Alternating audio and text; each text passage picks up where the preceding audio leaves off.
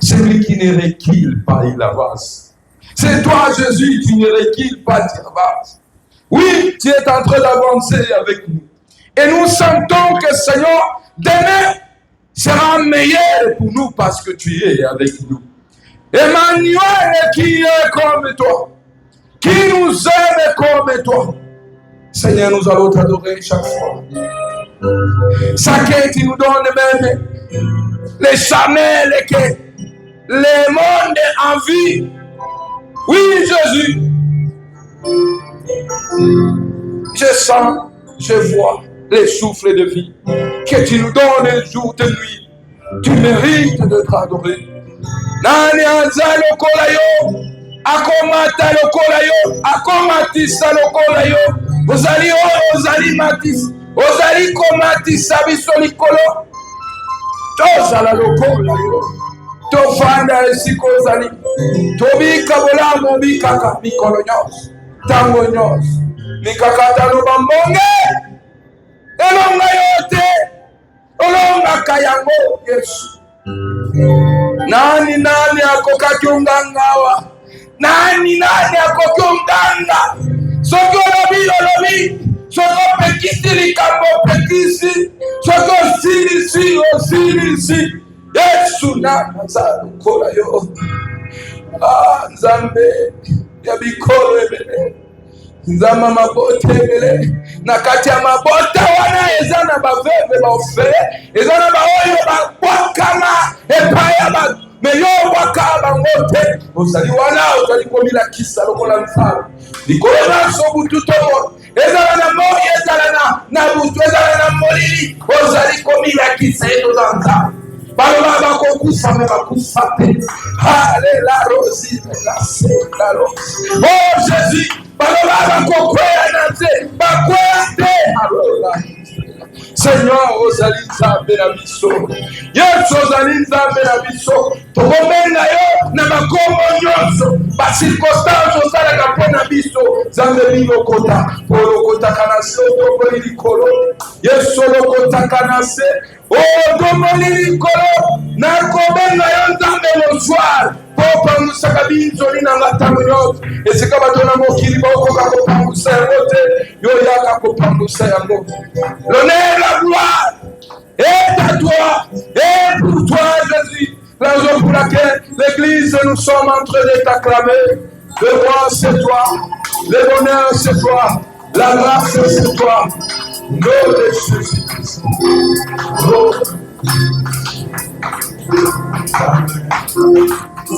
Bien-aimé, sois bien.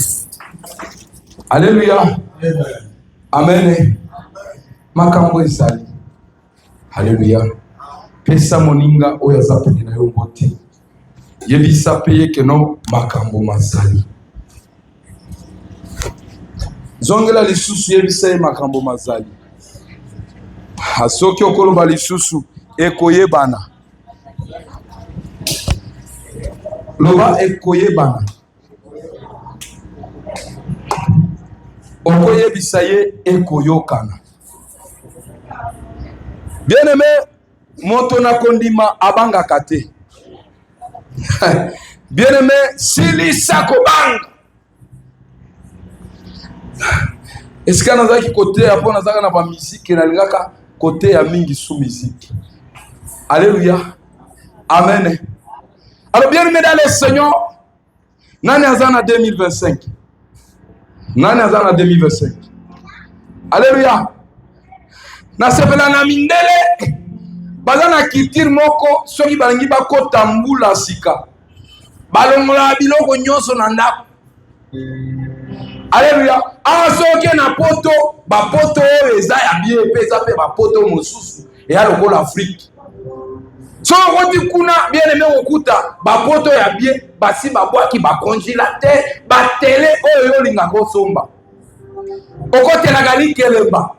Mais lokola mbula esili bakoti na mbula sika esengeli basali babwaka.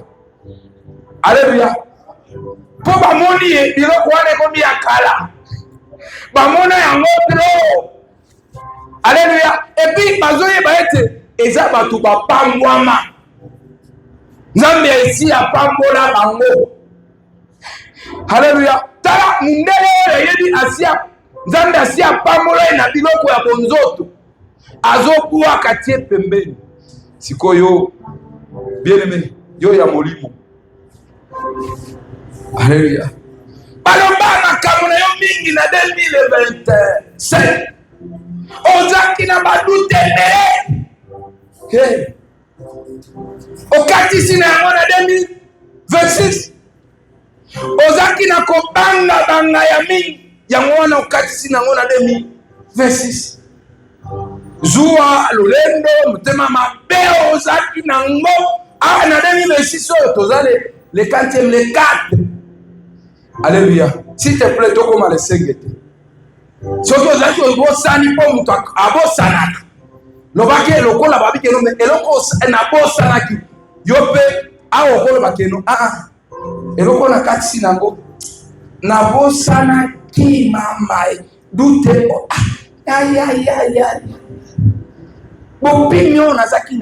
tu as dit alléluia. Alors mes chers bien-aimés dans le Seigneur, comme nous avions commencé la nuit, nous avions parlé. C'était l'action de grâce. Alléluia. Action de grâce. Amen. Assoyez c'est quoi? Tendo la nini. Manani batafanya tendo la shukrani. Bamiti, bandege, banyama. Nani atafanya tendo la shukrani? Nani akosala action de grâce? Bien-aimé, action de grâce en groupe ezanini. Alléluia. Amen. Action de grâce en groupe ezanini. Batu balubaka. Tokosala action de grâce. Bien-aimé, en général, les attitudes de reconnaissance. Mais attitude de reconnaissance, c'est ça langue pas ya mutupe. Tout le monde va saler là au bola, on dit que non, et Seigneur n'a pas nini. N'a remercié attitude de reconnaissance de ce qu'on a fait pour toi. Attitude de reconnaissance et cause à l'ana. Nengi amabe, to nengi amala. Muto basali mabe. Alingaka futa nini? Mabe. Alléluia. Eza pe attitude non. Mais bien aimé le Seigneur, oyo terme action de grâce. Ezalaka na goût, ezalaka sukali. Tango olingi osala yango na mutoyo asali yo bola. Alléluia. Aussi attitude, omoni moyo ya attitude ezalaka na bitumba na kati te. Attitude ezalaka na bitumba na kati. Non. Vita ikwake nani ya attitude. So babi zua attitude. Hapana. Mais oya bitumba baesaka ye position d'attaque. Na position ebombaka mwa intention ya bitumba na kati. Mais attitude bien aimé le Seigneur, eza pona moi eloko moko ebomi intention ya malamu ya kitoko. Yango wana action de grâce eza attitude mutu azwaka. Attitude ya reconnaissance. C'est-à-dire tango omona attitude nengo zomiela boye ozoya mutu atangi na démarche na yo. Attitude yango eza ya nini? Ya reconnaissance. Ya bitumba te. Alléluia. Bien aimé mena biso bana na Nzambe tango tozoloba action de grâce ezali attitude de reconnaissance envers Dieu de tout ce qu'il a fait pour nous. Alléluia. De tout ce que le Seigneur a fait pour nous. Depuis la création à nos jours. Alléluia. C'est-à-dire, tu ne peux pas donner l'action de grâce sans revenir au début. Si tu commences au milieu, tu vas te perdre. Il faut commencer où? Au milieu. Tu dois commencer la Genèse. Alléluia. Amen. Amen. Dieu nous a créés. C'est là. Dieu m'a créé moi. Vous savez, la création nous pousse à aimer. Quand tu vois ce que Dieu a fait pour toi, tu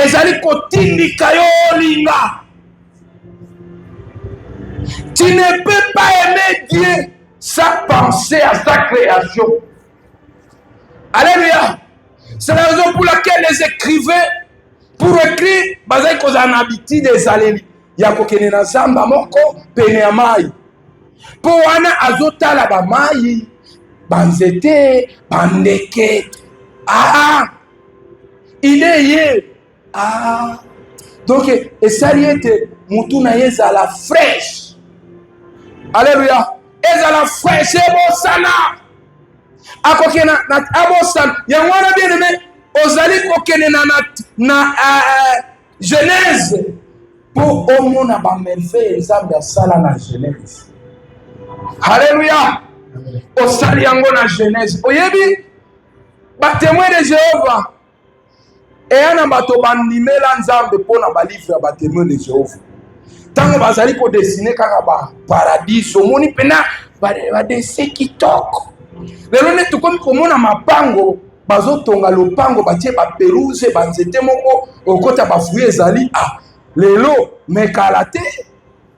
Alléluia.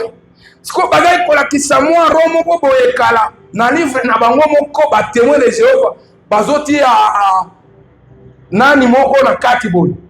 Bomoni livre wana. Ezali kozala na cercle moko batiaka cercle ya rouge. Ezali eloko moko boy. Ezali kolakisa neti diable. Amen. Mais banani na bango paradis. Autant bazo paradis. Non bazo balio balakisi mwana nazo sakana na lio. Mais tango zomona pe bongo lobike no ezalaki lokola matériel didactique pour la bébé spirituel. Alléluia. Omoni que no na lola veut dire toko banda kosakana na ba lion. Lola mwefunga bena kota. Tina neza na bato batikala na image wana ya kokota na lola ya ndenge wana. Mais bayamba kololola te. C'est le problème. Jamais ils ont reçu le Seigneur Jésus-Christ. Alléluia. Alors bien aimé, l'action de grâce nous pousse à aller en Genèse. Dans Genèse, on voit, on expérimente ce que le Seigneur a fait, a créé. Alléluia. Et maintenant, tu arrives à un niveau, Genèse te pousse à te comprendre toi aussi. Alléluia. Mais dans Genèse, mais tant que Dieu créa l'homme et la femme. Et maintenant, c'est quelle image?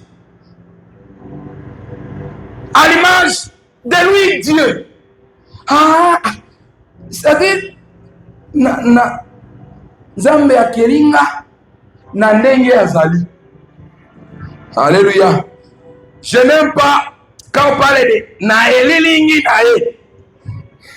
Bien aimé, l'elilingi n'est pas Dieu. Alors que quand nous recevons Jésus-Christ, nous devenons comme lui. Un porteur de Dieu sera appelé. Alléluia. Amen. Il est venu chez nous, Jésus. Quel est le nom? On lui donne le nom. Jésus, fils de qui? Fils de Dieu. Mais quand on dit que kwa mfano, l'écriture là, moi, depuis que j'ai reçu Jésus, moi je ne suis plus kwa mfano. Non, non. Évangéliste, non, non. Je porte Jésus, celui qui dirige ma vie, celui qui me guide de moi. Alors je vais encore dire que non. Ressemblance. Non, non. Papa, je suis devenu toi. Alléluia. Évangéliste, on devient notre Père si nous avons l'identité du Père. Quand on a l'identité du Père, comment quelqu'un va dire que tu n'es pas le Père? Alléluia. Et à un niveau, il a dit, nous sommes co-héritiers avec lui. Co-héritier avec lui. C'est-à-dire, tant que batangi ba héritier, yalola. Ye papa, ye tunabiso co-héritier. Mais biso pe, tant que tu as directement aux yeux même. Alléluia. Bien-aimé dans le Seigneur. Nalingaka natambola na Yesu ya bongo.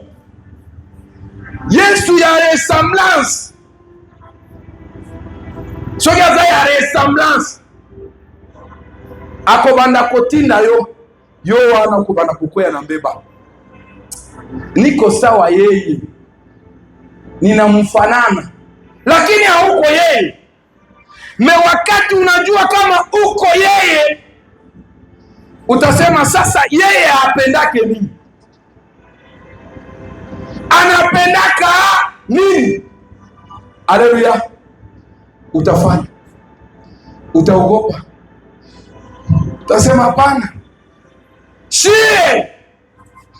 Haleluya. Sie ba Yesu.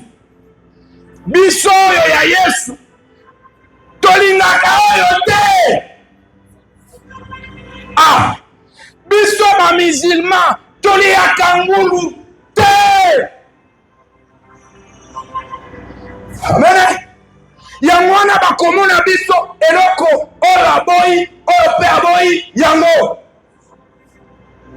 Mais un chrétien, on voit un mauvais comportement à celui-ci. On trouve le même comportement à l'autre ici. Non. Alléluia. Si nous sommes à Jésus, nous sommes porteurs de Jésus. Bien-aimés, nous sommes de Jésus. Moïse, on l'appela Dieu. Alléluia. Amen. L'ancienne alliance, on appela Moïse Dieu parce qu'il communiquait avec Dieu. Il était le messager de Dieu. Et nous aujourd'hui, nous le sommes. Alléluia. Amen. J'ai Dieu. Alléluia. Bien-aimé, Loba Nazana Yesu. Loba Nazana Yesu. Azakati nanga. Azakati nanga. Naza Yesu. Alléluia. Konutete. Tango la webi ozana Yesu te yangona ozali kosala makambo oyo osala. Mais tango na yebi naza Yesu. Na ko se comporter lokola nani? Yesu. Tu ne peux pas avoir la foi sans avoir Jésus-Christ à toi. Et il a dit, si vous avez la foi, vous allez faire ce que même je n'ai pas fait. Vous allez déplacer même les montagnes. Et cela sera possible si c'est Jésus qui le fait. Avec ton charnel et l'eau. Ce que le spirituel, Jésus domine. Yesu ndio anadomine. Ndio utasema malali toka. Unatoka. Yenye basadukayo, bajalu, balikuwa na shindo unafika. Banakufunga. Kumeko na délivrance c'est Jésus. Alléluia. Alléluia. Je vais vous dire une histoire. Nous allons lire une histoire de ici au Nord Kivu. Des messieurs qui viennent et ils vont nous dire quoi? Ces messieurs nous disent que tu sais que nous avons l'habitude de disparaître. Toli mwaka, tunapotea. Mwapotea kae. Abi tokozala awe longo na bino.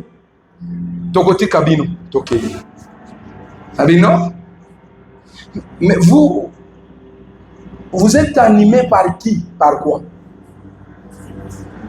Et puis, bon, Pogoli Mwango, Bosalaka Nini. Balobi, Boye kaka na ba matiti ya banane. Ok. Ya ba makemba wana oye kauka. Bokangi yango na makolo. Likolo wana, liboko. Ah! Mais moi, personnellement, c'était l'histoire. Et moi, je n'avais pas cru. Mais les gens qui racontaient ça, ils racontaient avec conviction que Bali Mwaka, Kutu soki biso bakangi biso na boloko, tokoli mwape na boloko. Alléluia. Alléluia. Kondima ya nini? Bazana kondima ya bokoko na bango.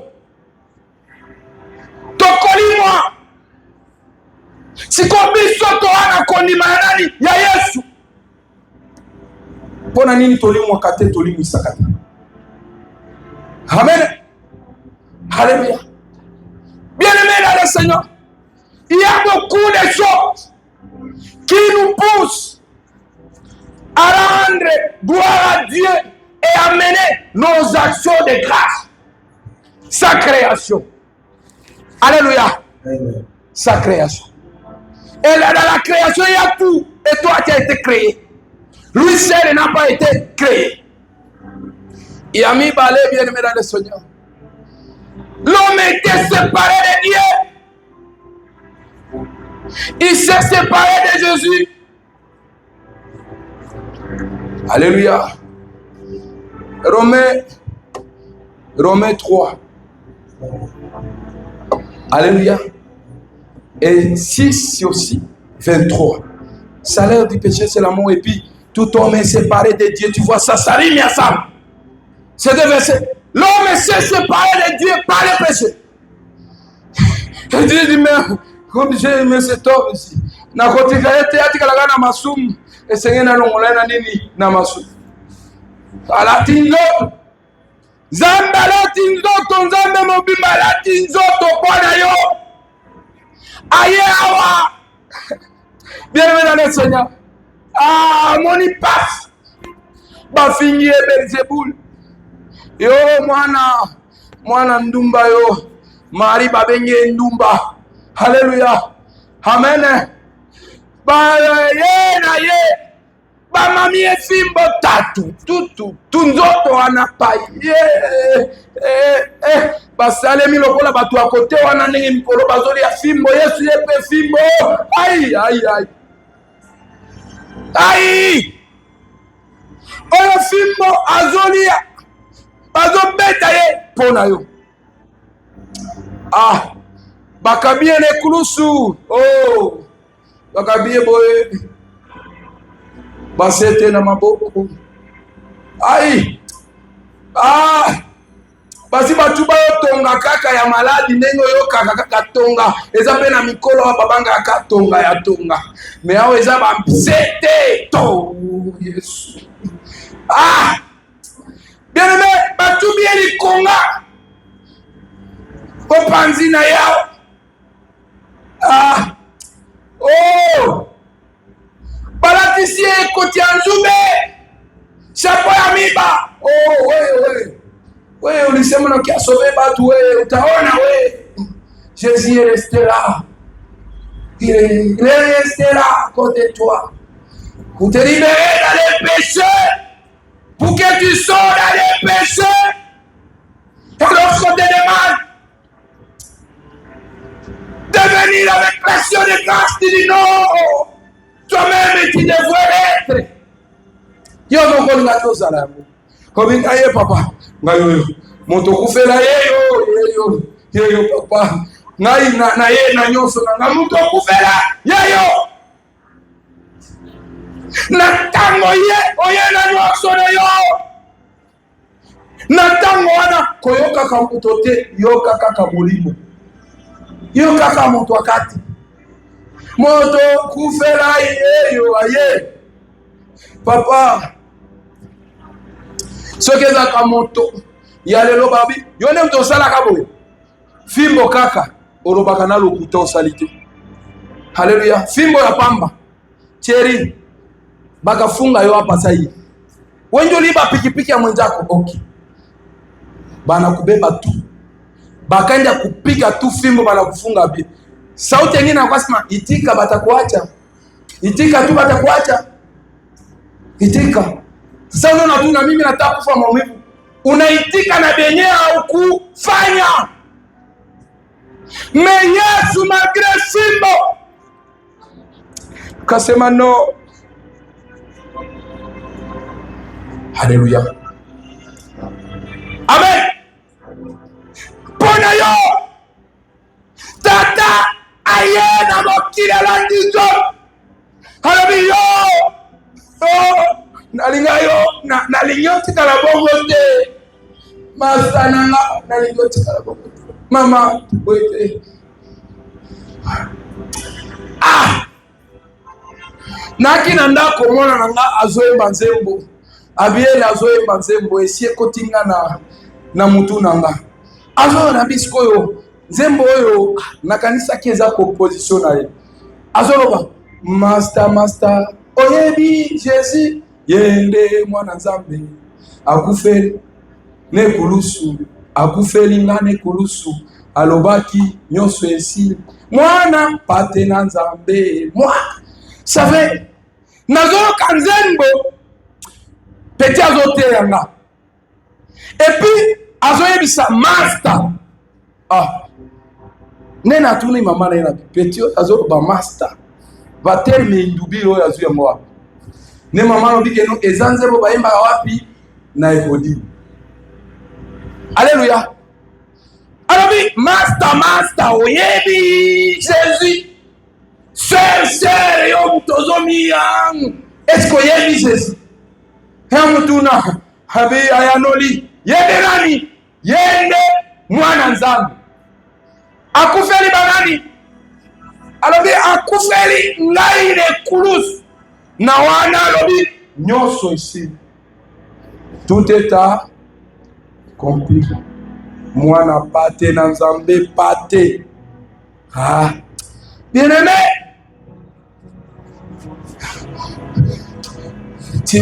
tu dois être reconnaissant. Pour reconnaissant, faut pas faire semblant. Le Seigneur t'a fait bien. Ce que tu es en train de chercher dans le monde ici, un jour tu vas laisser.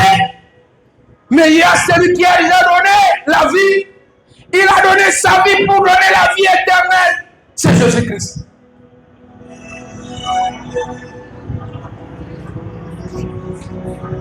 Yami bale yangwani. Yami santo. Toko rendre. Toko pesa action de grâce. C'est pas Yesu pour nani. Pona vie na biso lobi kona biso ya mikolo nyos. Ana tei bibembe. Ana zotea batu bakufa. Nazotea batu bazo pema. Pema nzambe azo pesa ya ofele. Papa Joseph kofana na vola. Okomi komanda. Bosse tokomi. Pema na yo. Pema na yo. Miso na yo ezo mona. Nani azo tinete omona. Yeah. Awa sikona balija ezana batu bazana programme ya lobby. Ebe meko bimaeni. Bazaki na bamongo mapango mituka bana ya kitoko ya mayele ba diplome nyonso melobi. Ebe meko bima learning. Mutongo bazo ebise ebe meko bima learning. Awoyoka tu awoyoka te. Awoyoka te.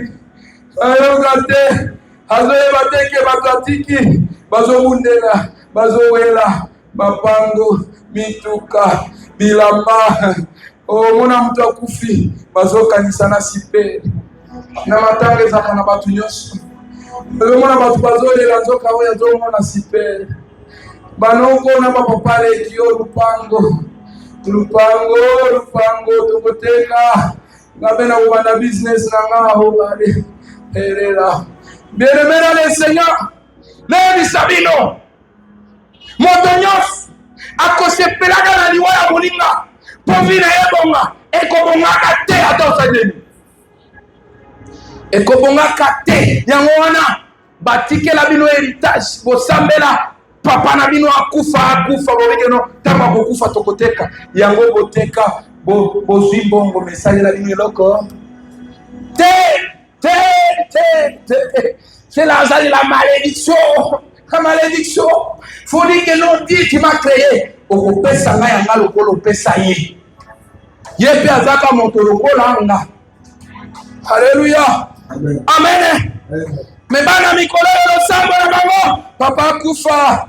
Papa akufi ataleo. Akufe leo. Akakufa leo. Na bengine batoto banaona ta muzazi anakufa bata mwangaikia kumpatia dawa. Juba nasema huyu akakufa akufe hata maisha tutashanje. Mfamie mkakuwa watoto wa vile wanamaletea laana. Anakufa meliote linaenda na yeye. Mtu anakufa na yake. Inaenda.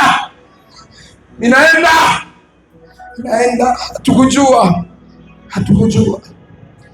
Haleluya. Pema. Evangeliste tangela bishop som na kupesa ba verset mutu tukutana na ndako. Somme 16, 12 à 13. Somme 16, 12 à 13. Somme 16, 12 à 13. 12 à 13. Nasoma katika jina la Yesu. Amen. Nitampa Bwana nini kwa ukarimu wake wote ambao alinitendea? Nitapokea kikombe cha wokovu na kuitia jina la Bwana wetu Yesu. Amen. Nous allons nous rasseoir. Nitampatia Bwana nini kwa ukarimu? Amefanya nini? En français, c'est comment rendrai-je à l'Éternel tous ses bienfaits avec moi? Je leverai la coupe de délivrance et j'évoquerai les noms de l'Éternel. Nitamupa Bwana nini? Alléluia. Nitampatia Bwana nini? Le psaume 103. David anasema keno. Nafsi yangu itafanya nini na isisahabu hata kitu moja, jambo moja. Haleluya. Nitamupa Bwana nini kwa yote akaniumba mie kisiniko hivi. Mama ye. Bengine banagonjwa kama banabakia mabitanda.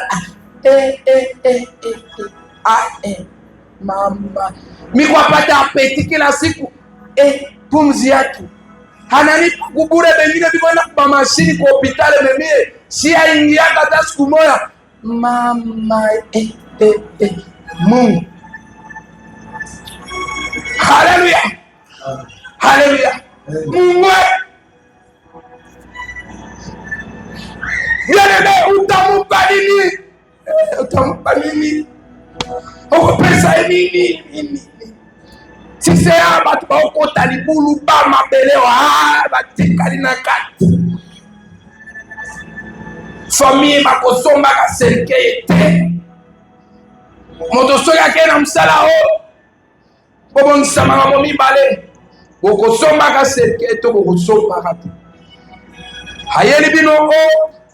Toba kwa kupesa bino message ke batikali wapi na se lobi wana benga kia lobi tokomi na nani yango etikali kwa Mohamed mke na ngina za la patron on se manda on a vu lobi mama bengi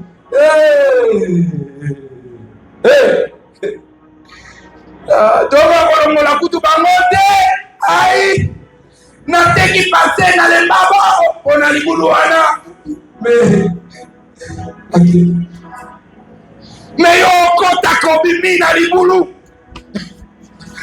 ya kwangwa ya mwalu mokolo epela olia balia melelo bazofingisa nzambe na wana ongagelo banzambe opesa nga oro na mwalu oya plito nzuna nazwaka oya ya nini kotoyo na moki epa ya banani kotoyo bangiti epelili soki wapi plito voilà haleluya na hérité batongo bazakabo batia olo lino na ye atesipozaka ndenge nini bino batwa bosalaka mikolo nzambe bokende mpa banganga kisi aliya suka bomonaka okomi desu na mabolongo moki okeke kobeta kaka oyo nzambe alobikeno nalakisa nano peti oyo apesi yo me yoka ntango ekoti kaka boyo eza lokola batubi yo kisi ya diamba anisi okele boye odepase kuna nzambe moto pesi elini yango wana oliaka na kwangwa nzambe alinga zolia te poza rekonsa te. Haleluya, amen. Simama kwa bibisa hivi sura pase na hivi saba soki ayebaka ke nzambe moto apambolanga na mbongo angeka bibisa biso kuna kozanga koyeba ezali waya nini ya nando kozanga koyeba etika ndanga biyo alokotilo yali waya ndam yangono osakana na nzambe yo ameka yo apesi yo osakana na yango. Haleluya, abi nitamupa iyo bien aimé utampari okay wewe ungelipata akili ungelukia ile masiperi yako yote una yeye ndio anaikatala na sana rudia nayo hata ifara haina shai kupatia. Haleluya, ile malupango wako unajivunia isiku mabanga na uni patro unaenda budena watu wa mjamaa apele au kamatake wetu kukua na malupango unaja funga na telefone yako. Haleluya, elewa kama action de grâce kama ikufanywa kwa jamaa yako haitafanywa na kwa Mungu. Haleluya, haleluya. Action de grâce kama ifanywe mjamaa yako na kwa Mungu haitafanywa. Bien-aimé, mjamaa moyo ukangalia mtu anainuliwa, moyo anainuliwa sana, bengine habainuliwa. Doke kuko bitu mbili. Swate mwenye aliinuliwa ni mlozi, swate wenye habainuliwa ndani ya jamaa ke ni balozi. Paske ukainuliwa ndani ya jamaa utabariki bengine. Haleluya. Na kama ubabariki make ni balozi. Haleluya. Ukaona jamaa mnakuwa tu pretre moyo, kisha kunakosa kuwa wengine bebe wanafuata sika ifo kunakuwa ule wa juu wa yule ndio grand pretre wa jamaa, kisha wengine wanafuata kwa escalier make biko banabebana. Mekatana mjamaa Mungu mtu alinuliwa, kisha wengine biko ateseka za chawa. Elewa kama mwenye ameinuliwa swate ni mlozi ama haba bengine ndio balozi.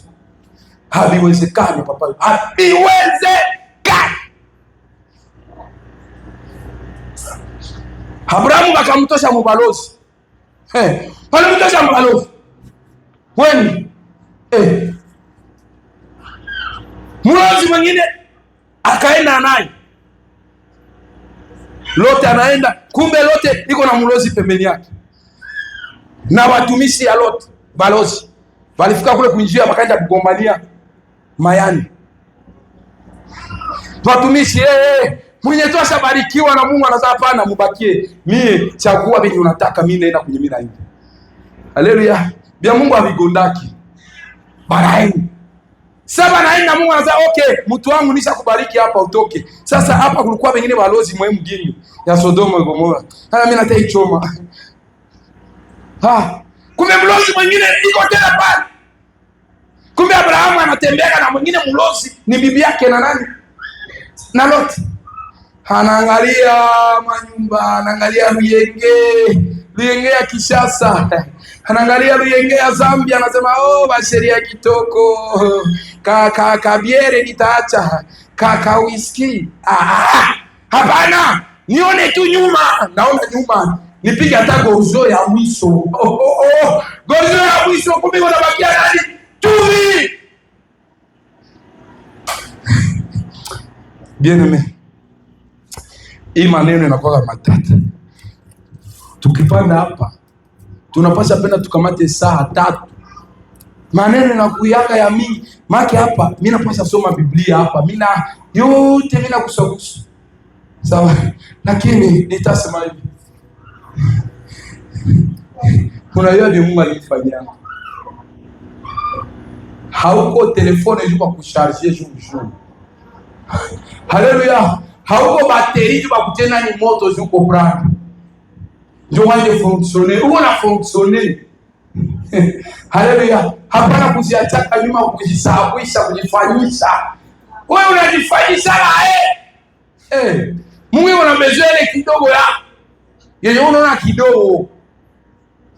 Haleluya. Mungu unamezea ile mumaskini yako yuko na dharau.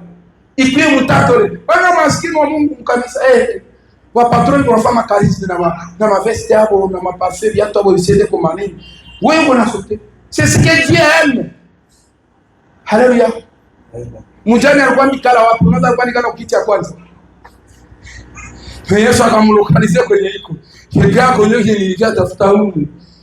Haleluya. Action de grâce nilikia kile siku ni sente ya nani? Ya mjane. Hata kujionesha makati. Mungu iko na besoin yake hapo. Haleluya. Na nipenda sisi lema hapa kuveya nasema salaire na nga nyonso ya mwa oyo nazopesa. Sawa. Yo kanisi azopesa oyo ezokende kolesa. Apesi yango nzambe. Hezema pe eglise na biso awa pa muke. Kolia na lumu ngai. Na ebisabino namte. Namte ezozo ngana bulo ya nani ya moko nango. Haleluya. Hamene biso tuzaba bantu wana te. Mbele tosito betela bino makyo nao papa Joseph. Na keko telema parce que akeko telema kuna na parcelle na yo likolo. Ami bombi na parcelle ba voici azo mon activité nyonso akozo ali angata 3 jours. Papa obeti mwana amuni. Ola munki osiriki yao. Akola la pewana ola munki diare sio na butu amuni. Abe go betela osiko na kirte bilo pango. Najua maisha yako. Jana tulikuwa na problemu ya tumbo. Ilikuwa 3h40. Mungu atusaidie.